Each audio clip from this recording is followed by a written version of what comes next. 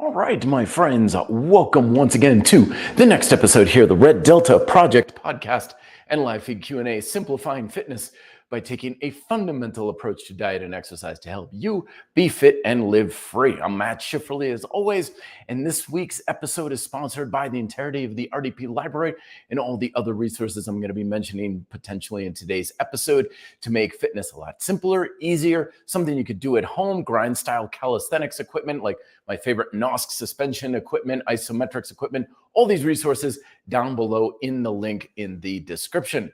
And today's episode is one that I've been wanting to do for quite a while.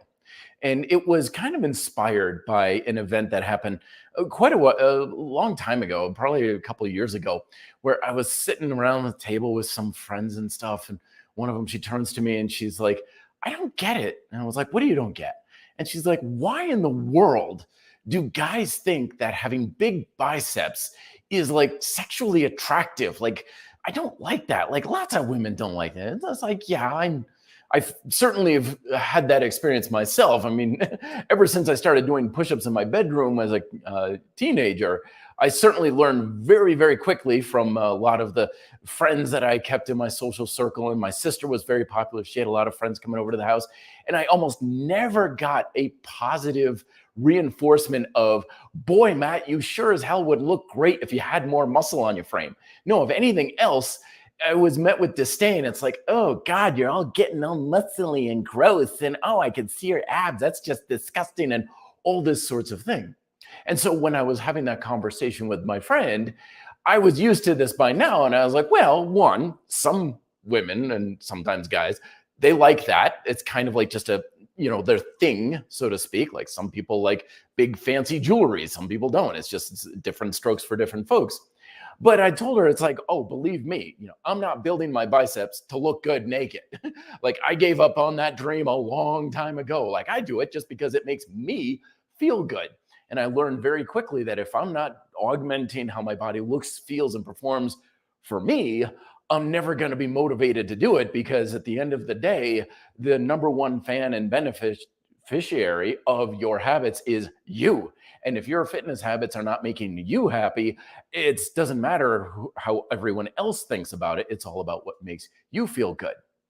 Now, okay, that's a good, nice little way to say things. But at the same time, it's like, let's be honest.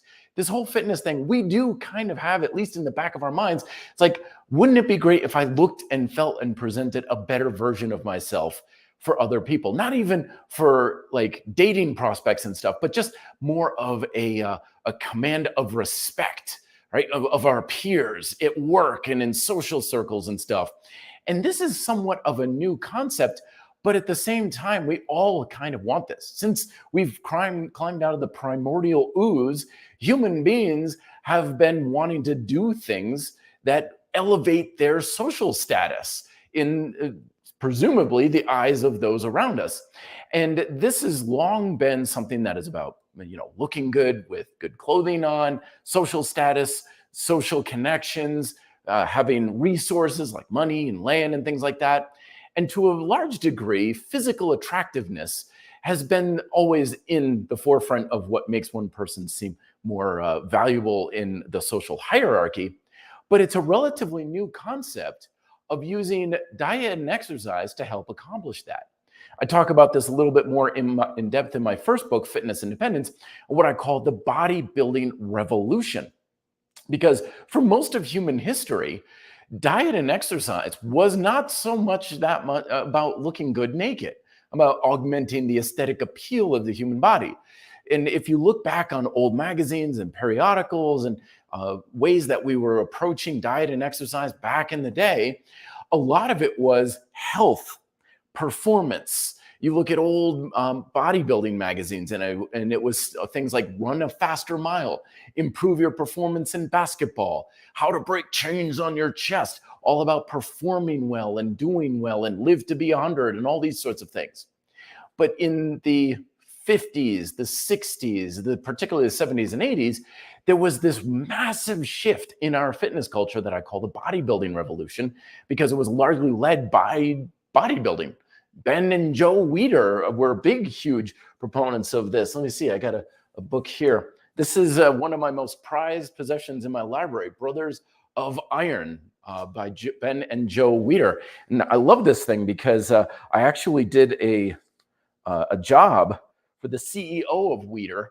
And at that point, Joe had passed away, but we were going back on the old glory days, the golden ages of bodybuilding. It's like, yeah, leave your address. Maybe I'll have Ben send you something. And a few weeks later, it's like, bang, there we go. Autographed copy for Ben Weider of Brothers of Iron in the mail. And like 2 weeks later, I heard that Ben had passed away. So one of my favorite things there from the iconic Weider brothers. I'm getting a little off track, but I promise there's a point to it.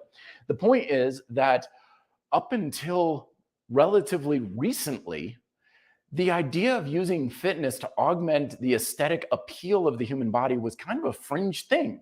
But then the Weider brothers literally had a big hand in saying, no, no, no, we can use exercise to look good naked, essentially, to look better.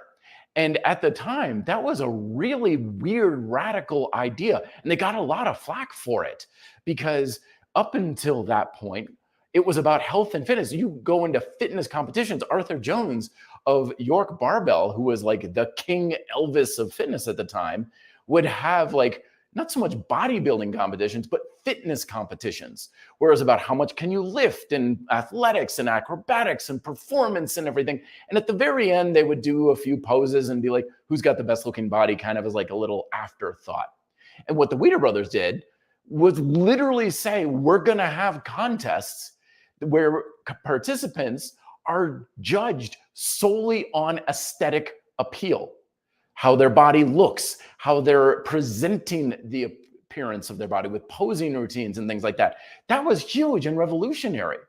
And it was very much kind of like, that's ridiculous. You know, why train for show instead of go?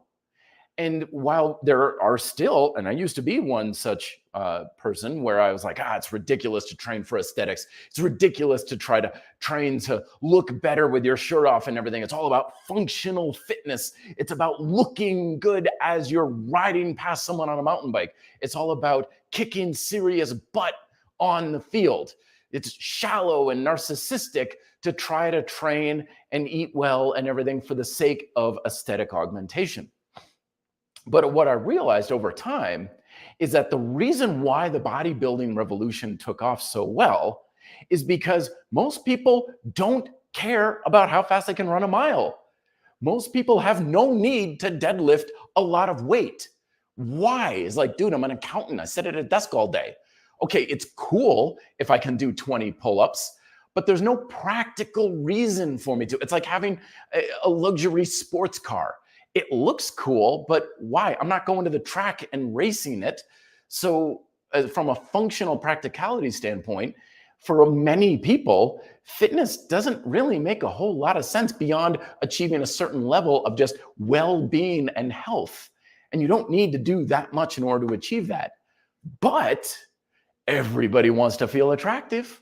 Everybody wants to feel like they've got some sexual magnetism, some authority, some commanding of respect in the eyes of the peers, right? Even if you don't give a damn about how many push-ups you can do or what your performance achievement tests were back in grade school, everybody wants to look good naked. And so that's what the bodybuilding revolution created. And I'm not saying it's just the bodybuilders. I mean, bodybuilding, we think of people posing on stage, big, huge muscles and stuff, but that simple idea of use fitness for the sake of physiological aesthetic augmentation caught on. And it spurred off, of course, you know, pumping iron and going to the gym. And you, even to this day, you go to most gyms and most of it is about isolating muscles with the gym, with the machines and everything. As this is how to get a peak in your biceps and all of that sort of thing. And it wasn't just bodybuilders. It spurred on, you know, the Buns of Steel and Suzanne Summers with the Thigh Master and Jane Fonda with the workout videos of how to, you know, feel the burn and sculpt and shape and mold and all these things. We've got all these terms in our fitness culture and a lexicon of how it's like, I don't want to get bulky, but I want to tone up, even though it's actually exactly the same thing. You know, I want to shrink and sculpt and lengthen and shorten. And we now have this idea that we can treat the body like it's this moldable thing in order to go from looking or maybe even not so desirable, to holy smokes, look at them. Isn't that awesome? We got before and after pictures in like every infomercial of like, look at this person before and look at this after photo. We don't care if they can do like 1,000 push-ups in the after photo. We're just looking at, dude, they've got abs now, right? So this whole idea of using exercise, particularly to a certain degree diet, for the aesthetic augmentation of the body is a relatively new concept, which means two things. One, we largely don't understand how to actually do it reliably.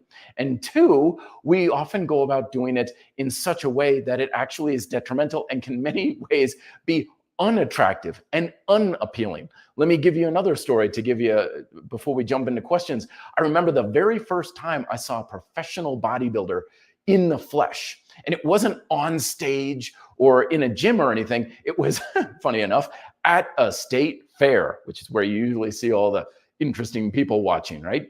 It was a New England state fair, and this bodybuilder, it was like a singlet and stuff, and he's walking around pushing a stroller because he was there with his family. And I remember looking at this for the first time, and I tried not to stare and seem creepy, but there was something in the back of my mind that was like, there's something about that looks really like weird. Now, I'm sure if I saw the same individual in like on screen on a action movie with Arnold Schwarzenegger and stuff, it'd be like, oh yeah, that guy looks amazing.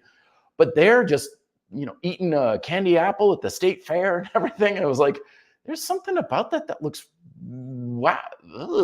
I can't figure it out. And I later learned this is something that psychologists later came to term the uncanny divide. And the uncanny divide is usually referred to with, especially now we've got technology to make artificial figures in movies and stuff look more realistic. And the thing is, the more realistic things that are fake become, the more there's just something in the back of our brain says there's something not right here. There's something kind of a little off, which is why you see, especially a lot of times in animated features these days, they're not even trying with humans. We've got animated cars and toys and elementals and all these sorts of things. And if we do have figures, they're portrayed in very kind of funny ways. Anime characters are a great example. Like anime characters actually are in many ways patterned after the facial features of cats. Small nose, big ears, big eyes, that sort of thing, right? They're more like cats because the more we can actually make things look actually like humans, the more there's something in the back of our subconscious that kind of sees it as a weird thing. Well, it's the exact same thing with fitness.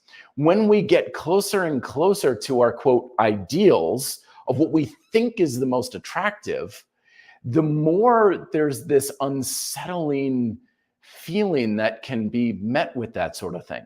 And we'll get into why that is, how you can avoid it, and how you can actually train to look your best naked and not totally lose yourself down the rabbit hole of diet and exercise and making it a lifestyle and everything. But let's get to some of these questions here, folks.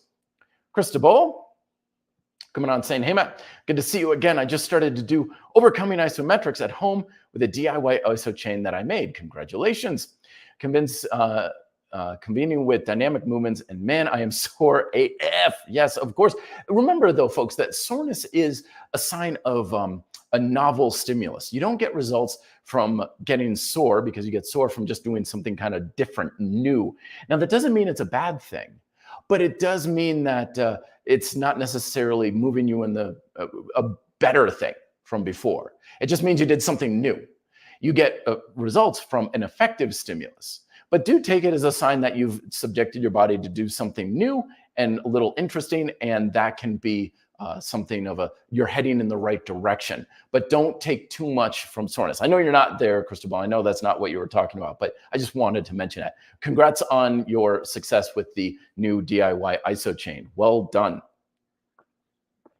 Fitness saying, I care more about looking good in clothes than looking good naked, and also basic athletic performance. Now, this is one of the weird things that we're going to talk about is that's another thing is one of the unique things about the human psyche is when they say like one of the most, I'm trying to think of the term, but one of the most unappealing things for people to witness is just people who are nude, like just wandering around, like non-sexually. Like if you ever went to a function or something like that and people are just naked around, it's not that attractive. Like sometimes when we have clothes on, there's an attractive appeal that comes from that. And a lot of the things that I'm going to be talking today, funny enough, it's not so much about looking good, quote, naked. It's just looking good and presenting the best physique you can. And a lot of that doesn't come from how skinny you are or how big your muscles are, but rather through body language and posture and how you present your physique rather than what your physique is actually shaped like. Because that's one of the biggest lessons to learn about this. If we want to look good physically, it's not going to be nearly enough to just get bigger muscles or to lose a lot of body fat, because there's a lot of people out there who people will look at and go like, wow, they look amazing. And they don't have that characteristic of, yeah, they're huge and jacked, or man, she's really skinny. It's more about how they're carrying themselves. And that's one of the things we're going to be discussing a little bit more. Ben is saying, I achieved 20 pull-ups this week. Congratulations for the first time after 6 years of training. I'm almost 40. LOL. Fantastic. Good job, Ben. Congratulations. And yeah, that, I'm sure if you told most people, it's like, I want to be able to do 20 pull-ups. Yeah, it's going to take you 6 years in your case. And people would be like, that's ridiculous. I'm like, well, it takes what it takes. That's why there's no dead set timeline on any particular result. How long will it take me to achieve this? I don't know, probably between 5 weeks and 5 years in most cases, because everybody starts at a different place and everybody's going to have a different rate of progress and setbacks and stuff. You get there when you get there, but nonetheless, you got there. And being able to do 20 pull-ups, that is 1% of 1% territory, my friend. You could talk to 1,000 people on the street in a day, and I would bet money that none of them could do 20 pull-ups. Congratulations to you. XY is saying, it's never been my goal to look good as it is about being able to do my job, because at the end, it's my number one goal. Question, what do you think about Mike Metzer's HDT and doing it calisthenics way? Yeah, you can apply anything to calisthenics. I need to make a video on this one because I get questions about this a whole heck of a lot, and particularly various other types of training methods. And to a large degree, honestly, I don't think the actual program or method you use matters all that much to a certain degree. It's like, what if I did this type of training versus that type of training and stuff? Always remember, my friends, that a fundamental approach teaches us that your results don't come from the program you follow. They come from how well you can influence the fundamental process by achieving a fundamental objective. And once you understand what those objectives are, you can pretty much train any way that you like. And as long as you're achieving that objective, it doesn't really matter what you're doing. But if you don't know what that objective is, you can literally, again, do anything and nothing will ever work. And I've done this at length in various videos. I keep bringing it up in other things. I've got another video I'm working on just now. So make sure you subscribe to the YouTube channel and everything for when it comes out a little bit later, early next week. But yeah, high intensity, low intensity, high volume, low volume. Does it any of it really matter? Not really, because there's no like magic formula that's going to get you the results you want. It's just whatever's going to help you personally basically achieve those fundamental objectives to the best of your ability. And chances are very good it's going to change what's going to do that. Leroy, the man, saying, hey, Matt, if I do a top set at 90% for a single and back offset 70 for a 3x10, it feels easy and light. Oh, of course, your nervous system's ramped up. Sure. But if I ramp up to 70 for 3x10 without a top set, it feels heavy and I have grinded out. Yeah, exactly. Because remember, folks, that it's your nervous system that drives your muscles. Exercises don't work muscles. The weight in your hand does not make your muscles work. That is the application of your muscular work, right? The canvases don't make paintings. That's just where you're putting the paint. The same thing, your weight that you're lifting is not making your muscles work hard. It's your brain. It's your nervous system. That's what literally every one of my books is about. Your nervous system is what drives your muscles. It is your neuromuscular engine. And so when you understand that, you know how to train your nervous system better, everything having to do with your muscles is a hell of a lot more effective. So that's the old joke, right? How do you make 100 pounds seem light? Lift 200 pounds first. But if you lift 50 pounds and then 100 pounds, it's going to seem really heavy because it's always that relationship. You ramp up your nervous system. And that's part of the point of a decent little warm up with strength training is you want to ramp up that nervous system to get it cranking, and then it can have a higher output of neuromuscular energy. So yeah, that's exactly what's going on and why you want to be able to effectively train your nervous system accordingly. That's why you have with warm-ups that we do in grind style calisthenics. Get your nervous system engaged, because when you have a better neuromuscular proficiency, your ability to effectively train your muscles is a hell of a lot easier. Ben saying again, Matt, I'm training one arm chin-ups and the front lever on 2 different days of the week. Smart. But progress is very slow with one arm chin-ups. Do you think I should only train one of these moves? No, I think they're actually going to build on each other. I think you're on the right track with those. I mean, one arm chin-ups, I mean, again, that's 1%, 1%, 1% of 1% territory. You could take 100 people who are dead set, gun to the head type of motivation for getting a one arm chin-up, and I would be surprised if more than 3 ever get there. That is an extremely hard and difficult thing to accomplish. And I think a lot of times we get more frustrated with what we're doing because we think it's supposed to be easier or happening faster than it really is. But have the emotional orientation to that, yeah, anything one arm push-ups, chin-ups and stuff. Yeah, sure. You're going to have some people out there who are like, oh yeah, I started in calisthenics and within like 20 minutes, I had the one arm chin-up. Yeah, you've got those guys out there.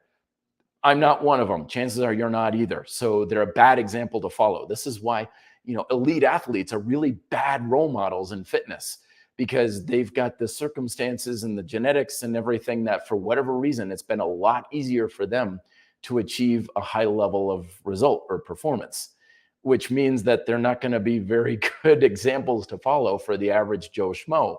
So know that it is going to be that hard, and probably still a lot harder than you think. And knowing that, ironically enough, is going to make it a lot easier. Dr. Barr saying, hey, Matt, what are your thoughts on taking a set to failure or super high fatigue? Very good. Some people go beyond failure by doing drop sets, pause, negatives. Are these effective for building muscle? Okay, very good question here. So remember that to create a stimulus for hypertrophy, so far as we understand, there's still, to be perfectly honest, we don't know why the muscles get bigger. We've got a lot of theories, and we've got a lot of heavy correlations, but every time we go into the lab and we're like, this is the reason why we build muscle, then we isolate that variable and it doesn't build muscle.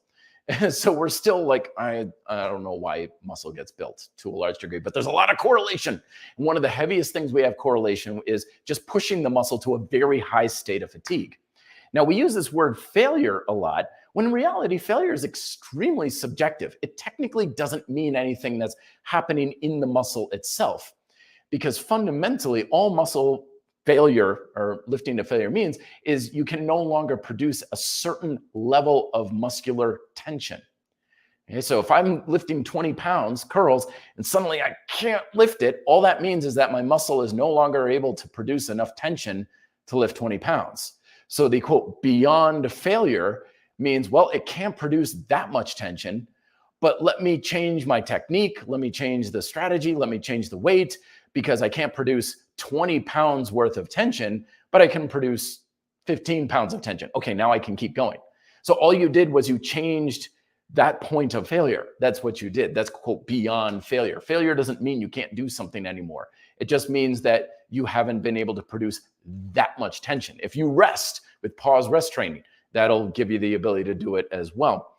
So basically what you're looking at with these strategies is just as a way to produce a good amount of fatigue in the muscle. And if there's one thing that's heavily correlated with stimulating hypertrophy, it's just pushing the muscle to a very high level of fatigue, high threshold motor unit recruitment, however you want to put it, just pushing the muscle to that level.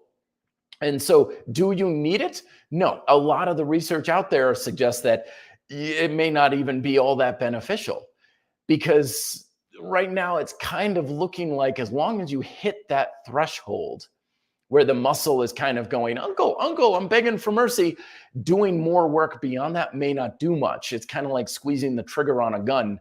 You need a certain amount of pressure to fire the bullet, but after the bullet's been fired, squeezing it harder and harder and harder and harder doesn't do anything, right? It's just, dude, the signal is sent. You're not going to do anymore, and you could potentially then be creating more damage and fatigue in the muscle and stress that just prolongs recovery. So it's a good strategy. It's a nice way to kind of be like, I want to make sure I'm really turning the screws to the muscle. Just be careful with it because while some of that fatigue is probably very good, there is a point where it may not be that beneficial. It may just be a waste of time. And it's hard to figure out, but just do your own diligence with the research. If you're like, God, I'm really pushing it, but it just doesn't feel like it's building muscle, well, then back off a little bit. Remember, we're kind of looking for minimal effective dose here to a degree. It's like, work hard, but just hard enough to get what you want. Beyond that, it's all you're doing is you're increasing the cost to mind, body, and lifestyle. All right, a lot of questions coming in, folks. I'm back on my old software, so great to see everybody here. Thank you so much. The Enderscan is saying, hey, Matt, have you ever tried incline dual rope push downs facing away from the cable stack that combined with a little elbow flare feels amazing on the lung head, no more elbow clicking? So good to figure these things out, but don't do the mistake that I used to think, where all these little things seemingly matter. Because remember, the exercise isn't about that, isn't working the muscle. So you've changed things around in your technique and you're like, oh, it feels different in the muscle. So I would challenge you and say, why isn't your muscle feeling like that anytime you're straightening your elbow? Because again, fundamentally, it's tricep extension. We're straightening our elbow, right? Now, the hand position, the elbow position, whether it's behind you or cable push downs and stuff, ideally, that stuff should not matter that much. And that usually does when we think the exercise is what's making the muscle do the thing. That's like, oh, if I have my elbows here, then that hits the long head better. And if I put them here, that's the short head better. It shouldn't matter that much. The same thing with a lot of times with pull-ups. Like, this feels great in the back. This feels great in the biceps. This is great in the brachioradialis. When you have these things that you're doing that are seemingly making a change, what you're usually doing is turning things off, not turning things on. So when we are recognizing that, the best thing we can do is turn on our muscles to a very high degree with whatever we're doing. The exercise you do shouldn't matter all that much. So I'm glad you found these things, because this is a good thing to do, is to experiment, be like, oh my gosh, this is totally feeling better in the tricep. Good. Now take that and say, how do I make my tricep feel like that with everything? Skull crushers, suspension strap, tricep extensions, cable push downs, dips, push-ups, handstand push-ups, overhead press. How do you get your triceps to always feel like that? Because if there's anything that's going to really help a muscle get bigger and stronger, it's using it better all the time. And this is especially a big one for the glutes and the hips and stuff. People are like, what's a glute exercise? Good glute exercise. Use your glutes always. When you're doing squats and lunges and walking and climbing a flight of stairs and getting up out of a chair and getting out of bed in the morning. Like, the best way to really get a muscle to develop is to always use it very well, not just during a quote exercise that's supposed to be hitting it. But anyway, my 2 cents, I'm glad you're finding out more ways to use those triceps. Very good. Excellent. It takes a lot of ingenuity and creativity to make that happen. One more before we jump back into topic here. Jess J is saying, hey, Matt, what's your take on working out to a 7 instead of a 10 daily and greasing the groove? So remember that a lot of exercise strategies are just about managing fatigue. And so sometimes we want fatigue, like I was saying earlier, if we're trying to especially stimulate hypertrophy, we want a good degree of fatigue. But remember, when you get more fatigued, you can't do as much work. And some goals require more work. For example, like skill work. If I wanted to do handstands and get really good at handstands, well, if I did handstand push-ups to absolute failure, grinding it out, doing negatives and stuff, and in 2 minutes, like, my shoulders and my triceps are just cooked. And then for like the rest of the day or even the next 48 hours, I jump up into handstand work and I'm just like, oh God, I just don't have it today. Right? So that's what fatigue does, is it robs you of the ability to work effectively. So when we are training for practice and skill, we want to keep that fatigue managed. In other words, going to the 7. But if we're like, I want to really screw the muscle into oblivion, then yeah, blast the mother living hell out of it and then rest and recover. So that kind of goes along with what I was saying earlier, though, about, okay, so we've got a bit of a bead on, we can use diet and exercise to augment the physical aesthetics of the body, but there's a lot of mistakes that we keep making when we go about doing this. And probably one of the biggest mistakes that guys like me have certainly made many times over is doing things in a very localized and acute way. And what I mean by that is not just not using the whole body, like lots of chest and bicep work. But if you asked them, how are your erectors doing these days along your spine? They'd be like, well, okay, whatever. I don't know when I work those. I guess I do, kind of thing. And it works for everybody. Some people are really focused on, the hips and the thighs and getting a bigger butt. Some people are all about the upper body, neglecting the lower body. It's all about, I'm focusing my attention in one area and kind of neglecting other areas. And that's one of the biggest mistakes they make. It also happens when it comes to the augmentation of fat or muscle. Because basically the aesthetic difference in our body comes from the two primary tissues. We got fat and we got muscle. And some people are really focused on one or the other. They're focusing on building as much muscle as possible, but they're not really looking at their diet, or they're not really concerned with letting their fat levels come down. So they're big, but they're also fat. I mean, overweight, whatever you want to call it, but they're fat. You've got big arms, but you also have a big gut kind of thing.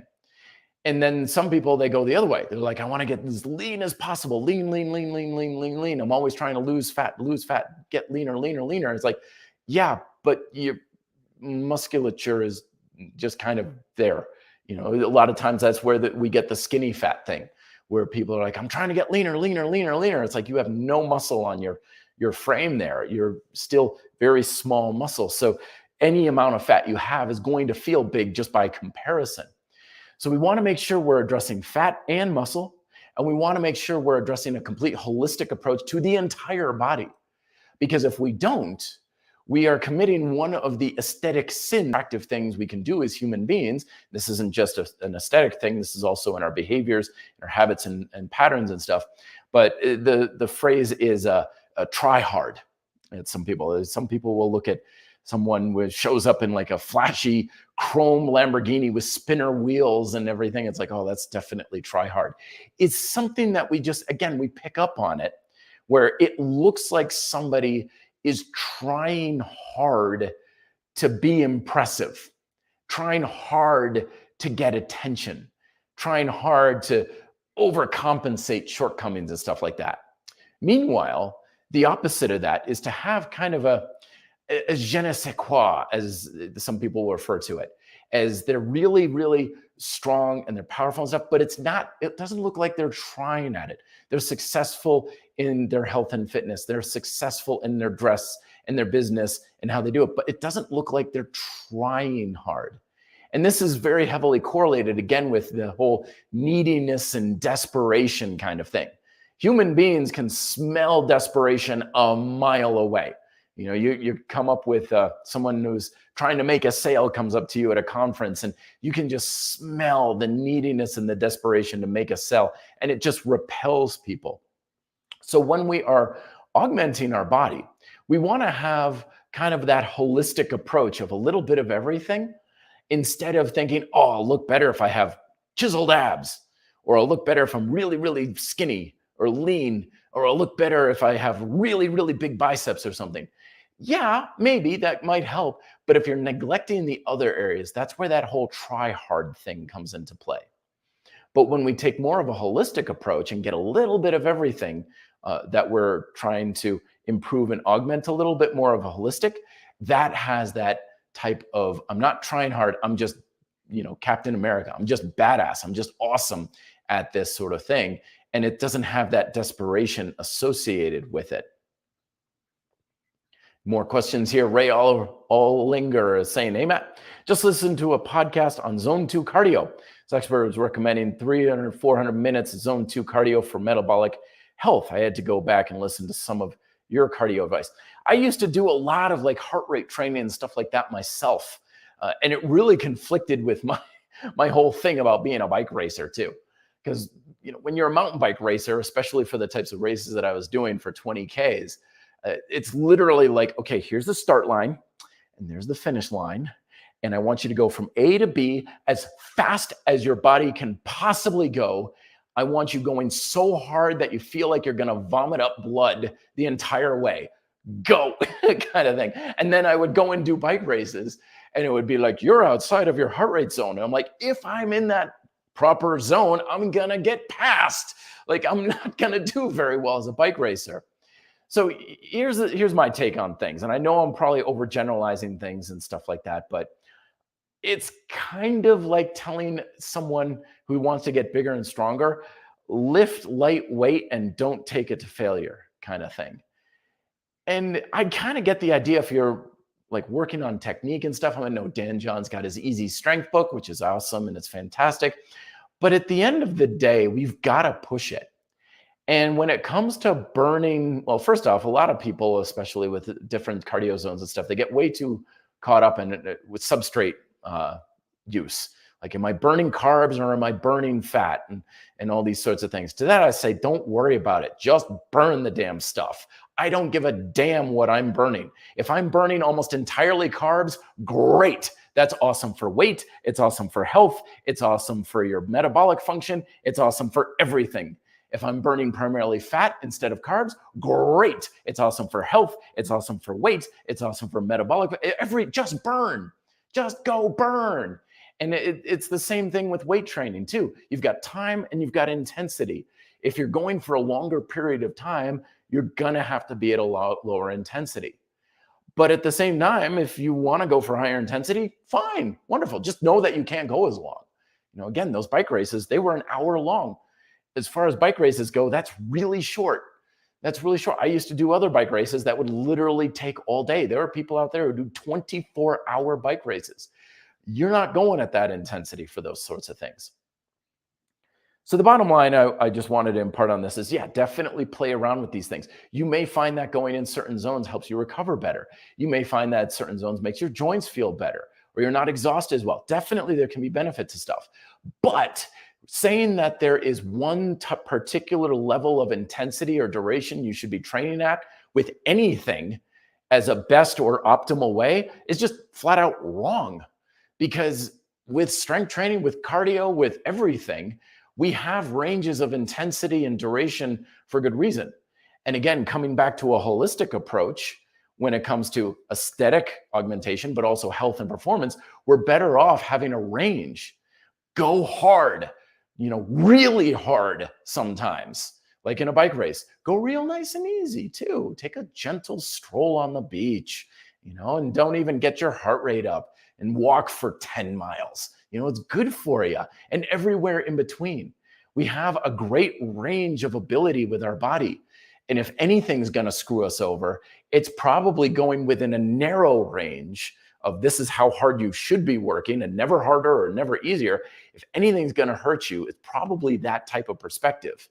As I always say, it's kind of like telling someone, drive a car at one speed, right? You can drive this car at 45 miles an hour and never slower or faster than that. Well, how unbelievably bad would that be, right? Any type of recommendation that is out there saying this is the one proper way to do things is probably going to be wrong most of the time. But instead, when we have a fundamental objective approach saying this is your objective, go at whatever speed and intensity you can or need to in order to achieve that objective. And chances are very good it's going to be at different levels, just as you would go at different speeds in your car in order to drive to work in the morning. Christabel is saying, for someone else that is dealing with some joint pain and injuries, it's high intensity, low volume, a good choice to progress in training while trying to recover from the pain. So this is a weird one because in one way, high intensity, shorter duration is really hard on the joints. But then again, so is low intensity and high volume. The bottom line is that Our body can handle an ungodly amount of force going through it. Look at powerlifters. They got hundreds of pounds on their back. They're fine. In the martial arts, we take hits. I've crashed my mountain bike 30 miles an hour and just caught up, and I just had a couple scratches. Your body can handle a lot of force. Unfortunately, it's also extremely fragile because you have a joint misalignment. My instructor used to do this all the time where he'd take his pinky and show it to the class. I'd look everybody and he'd just be like, boink. And I'd be like, my wrist, ow, ow, ow. And he's like, see, that's all it takes to hurt someone's wrist, kind of thing. And that's how we work with alignment with our body. If you already have injuries, you've got to heal the injury. And who knows what the problem is with that. So let pain be your guide, of course. But when it comes to what is best for our joints and everything, it's best to not be out of alignment. Right? When you have good alignment, when your shoulders are packed during push-ups and all these sorts of things, when your alignment is good, you can handle an ungodly amount of force through your body and be perfectly fine. But when you get out of alignment, it takes almost nothing to injure yourself. The thing that really compromises your alignment is high volume and high intensity. Just because you can only handle so much work and be in good alignment, but if you just keep adding weight to the bar, or you just keep running mile after mile after mile after mile, or doing endless sets of push-ups, eventually your technique's going to go to crap. And when that happens, you lose the alignment, and then it's hard on the joints. So it's not so much what type of intensity or volume is going to be good for the joints. It's rather going after good alignment. As soon as you start to feel like, oh, my knees are a little wobbly in these squats, or my shoulders are hunching up when I'm doing the push-ups now, you're done. You're simply done on that. Let pain be your guide, but it's not like you're going to spare your joints by working out a particular way, because any way that's pushing your limits is going to be bad sooner or later, either because you're having high intensity or high volume. Zaid saying, I gained weight upon checking a few days ago. Not expected. This is changing clothes become looser. Change in clothes becoming looser. Better energy and mood. Safe to assume is muscle gain along the same amount of fat. Yeah, or it could just be water too. Remember, folks, that weight changes is easy. Your body is always fluctuating in weight. There's a million ways. I once gained or had a 20-pound weight fluctuation in a single day. It was a hell of a day, but I once had 20 pounds of difference in my body in a single day. That's how easy it is for weight to shift around, which is why we don't want to take any sort of acute changes on the scale. I mean, hell, I don't even weigh myself. I don't give a damn what I weigh. But any sort of trends that we're looking at. But you're smart because you want to combine that with other data points. It's very common where we get fixated on a particular data point. How many push-ups I can do? How much weight can I lift? What's my weight on the scale? How many calories am I eating? We get so fixated on a single data point, and this is where that holistic approach comes in, that we live and die by that one thing. Never mind the fact that everything else is saying we're doing great.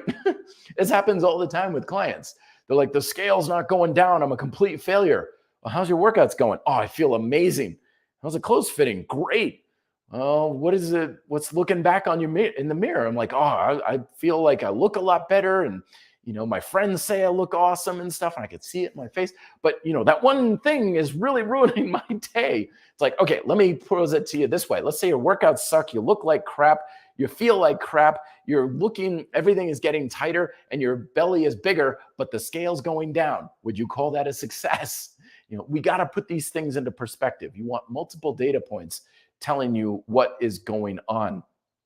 I stopped caring about weight ever since high school or college, because cycling is all about power to weight ratio. That's the only time I cared about weight. I don't care if it's 200 pounds or 150 pounds or whatever. As long as I look the way I want to look and perform the way I want to perform, then there we go. Let's excuse me. I can't pronounce that. I don't even know what that number is. This is my uncultured American mind talking here, but coming in saying, hey, Matt, I'm going to lose body fat for my martial arts, Japanese sword fighting. Oh, is that kendo? Unless it's maybe Aido. I don't know. Let me know. But anyway, I do strength training, only body weight. What do you mean only body weight? That's plenty for many cases. Anyway, but body weight, I eat 3 meals a day, usually feel hungry after them, but can't lose mass anymore. Okay, so again, what are you measuring things by? And why are we still super hungry? What's not being met? And how long have you been doing this too? Remember that weight loss is not a reliable thing, my friends. You're going to go up, you're going to go down, you're going to go left, you're going to go right, you're going to go weeks without losing anything, you're going to lose regularly for several weeks. It's not reliable. It's like the stock market. It's always going to be all over the place to some degree. Again, it's a trend in a direction over time that we're looking for. So I don't know the context at which you're coming to this is I'm not losing mass. And like, I've only been doing it for 2 weeks. And I'm like, okay, it's only been 2 weeks kind of thing. So how long has that been going on? Let me know down below. Leonardo is saying, hey, Matt, what do you think of animal flow? I love crawling movements. Mike Fitch is the man. He lives right up here in Boulder. I keep hoping to run into him whenever I'm on Pearl Street, but hasn't happened just yet.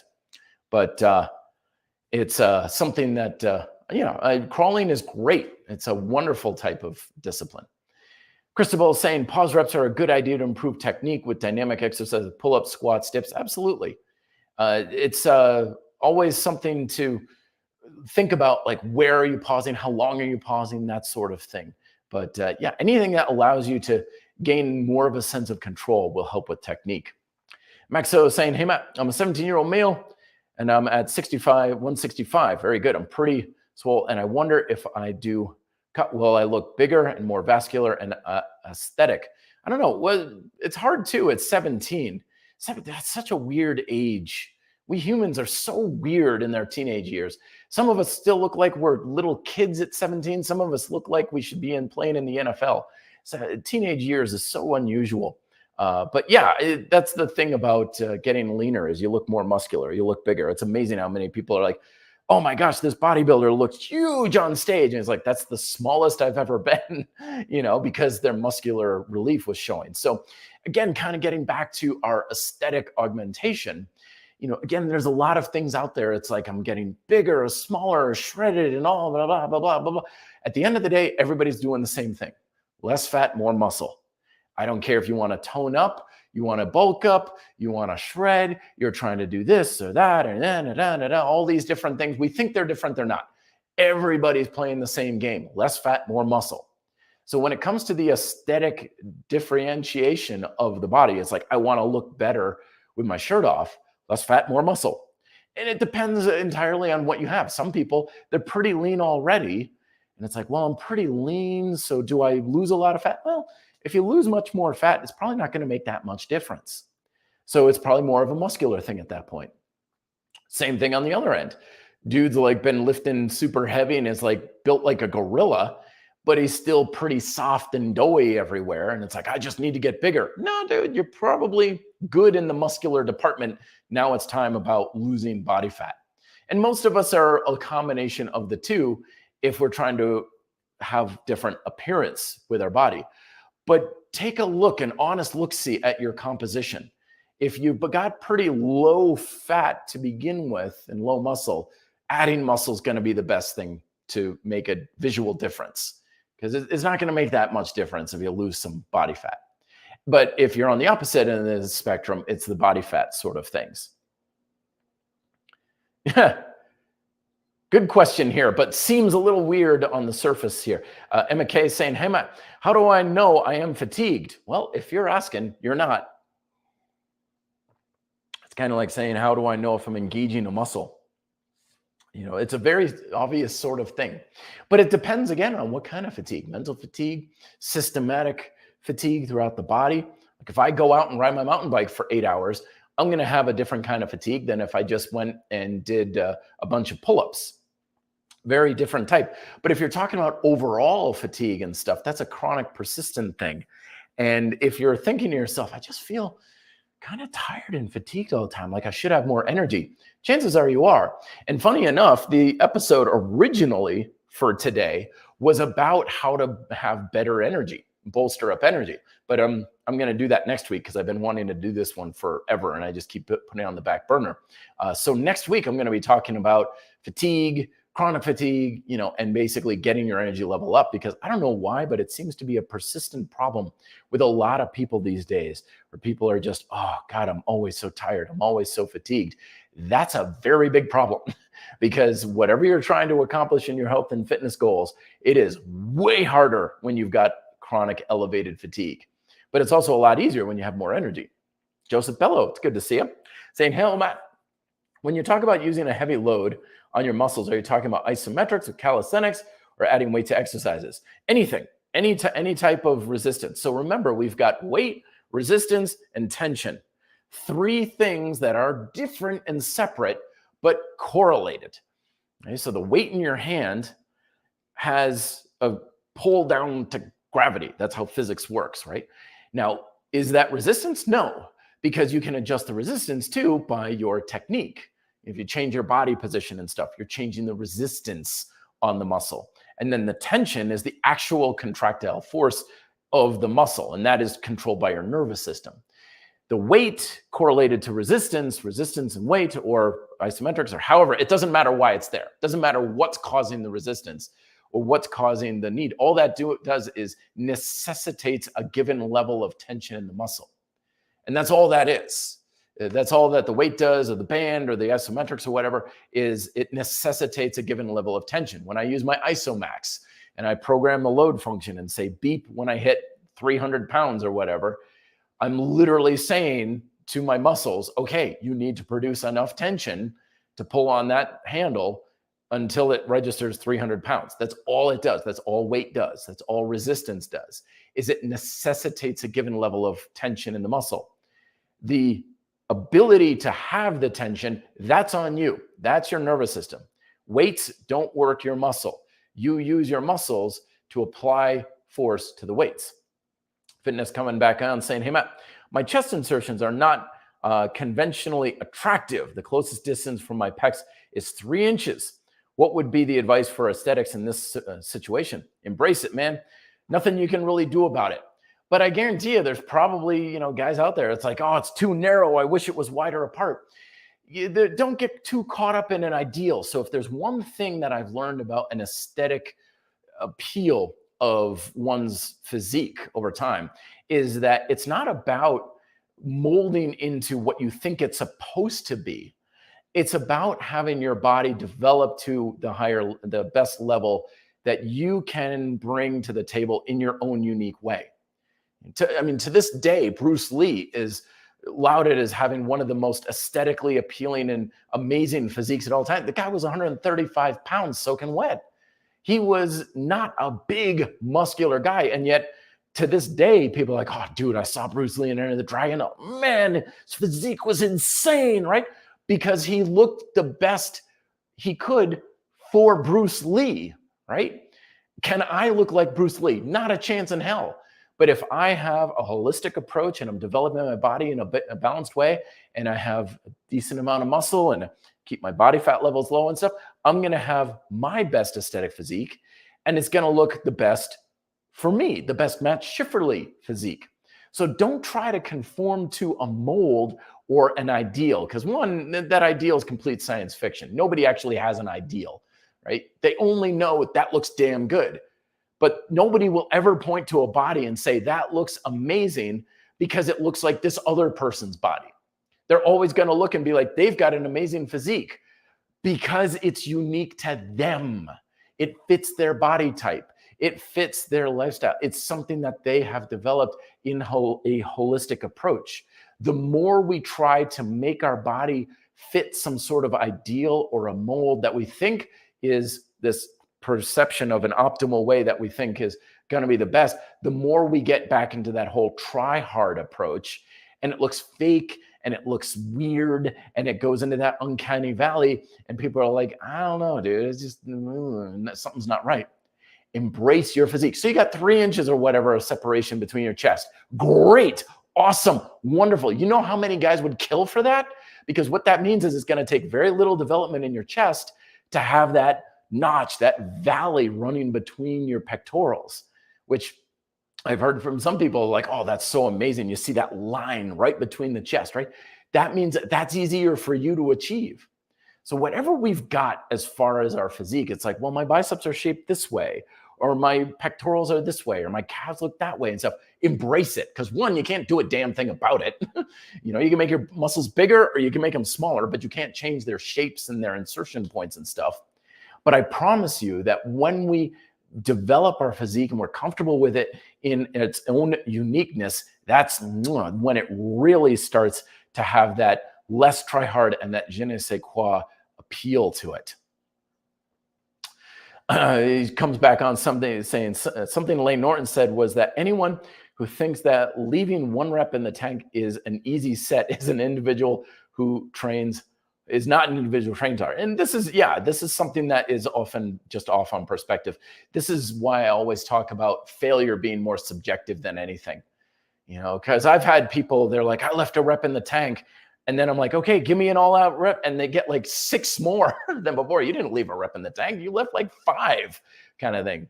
Failure is much more subjective than we think it is. That's why I don't use the term failure or go to failure or anything like that, because it's usually a self-imposed delusion in most cases. Instead, I just say, just go, just blast the muscle and bring it to that, quote, high fatigue. And that's usually a little bit more, it's subjective, but it's one of those things that's going to be a little bit more practical in the long run. Let's see, anything else that I'm missing here? Holistic habits. I'm just going through some of my notes there. I think I'm good. Just want to make sure I'm not missing anything that I'm talking about there. My camera battery is dying. So if I go into the black, folks, that's what's going on. But anyway, Leroy is coming on saying, hey, Matt, program advice for periodization of strength. What is better to evaluate progress? Percentage base or RPE, rate of perceived exertion? Is RPE really that complicated as some people stated? So I would say go with lots of different variables. Don't base your progress on one thing. It's like what we were saying earlier about basing it only on the weight that is showing up on the scale. There's a lot of things that you can base your things off of. I mean, hell, you know, you could do your pull-ups and you're like, okay, numerically and objectively, I'm still doing 10 pull-ups, still doing the same thing, but man, they are feeling strong. Well, that means you're getting stronger. Or I'm doing them, but I'm getting my chest to the bar on a more regular basis. Great. Remember that progress needs to be based on subjective and objective variables and lots of different variables. Don't get lost in one thing. It's the whole economics of, what is that called? Oh, I'm blanking on the term right now. Someone leave in the description, but is when basically you quantify one thing as your sole measure of success and everything else suffers because of it. You know, the example they always give in books and stuff is the nail factory. And they're like, okay, who can produce the most nails gets a free vacation. And people started producing tons of nails and they were all bent and misshapen and they were all crappy nails because all they cared about was how many nails they could produce. So when you're looking at progress, take that holistic approach. Yeah, RPE is important. So is, percentage of your 1 rep max. So is range of motion. So is speed. So is training consistency. So is how it feels in the muscle. Like, oh man, I'm really feeling it in the lats now whenever I do pull-ups. Good. Can you put a number to it? No. Do you need to put a number to it? No.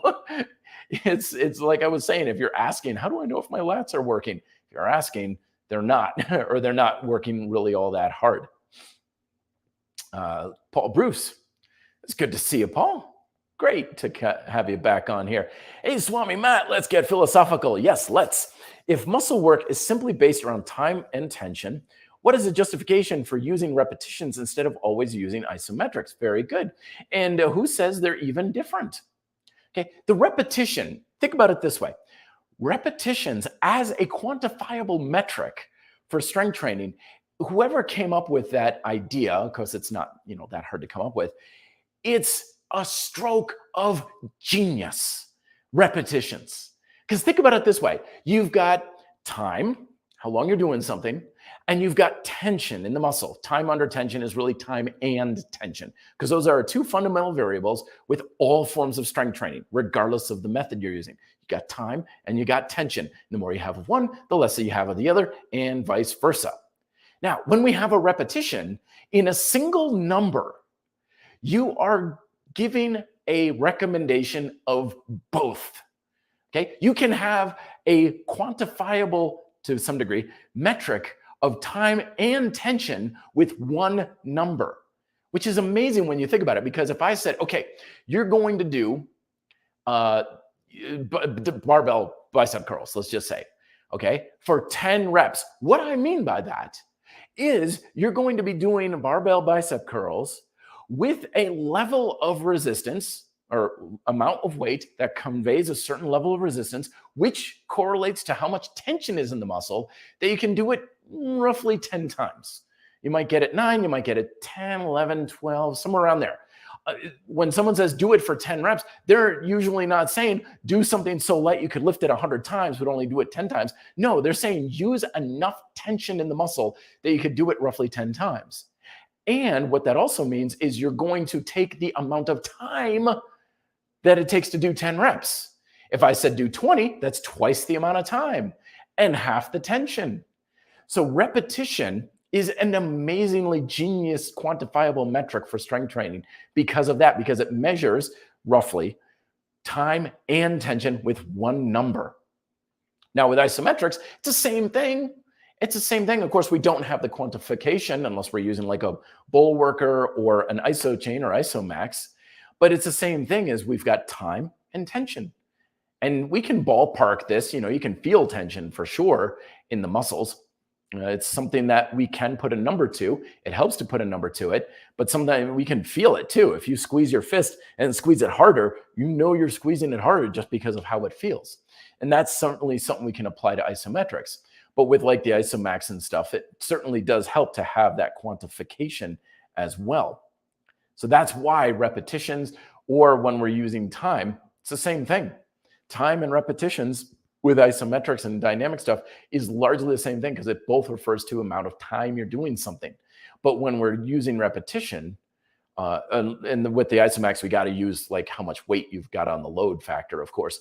But when you're using repetitions, you're also referring to tension at the same time, which is, when you think about it, amazing. It's a genius way of going about it.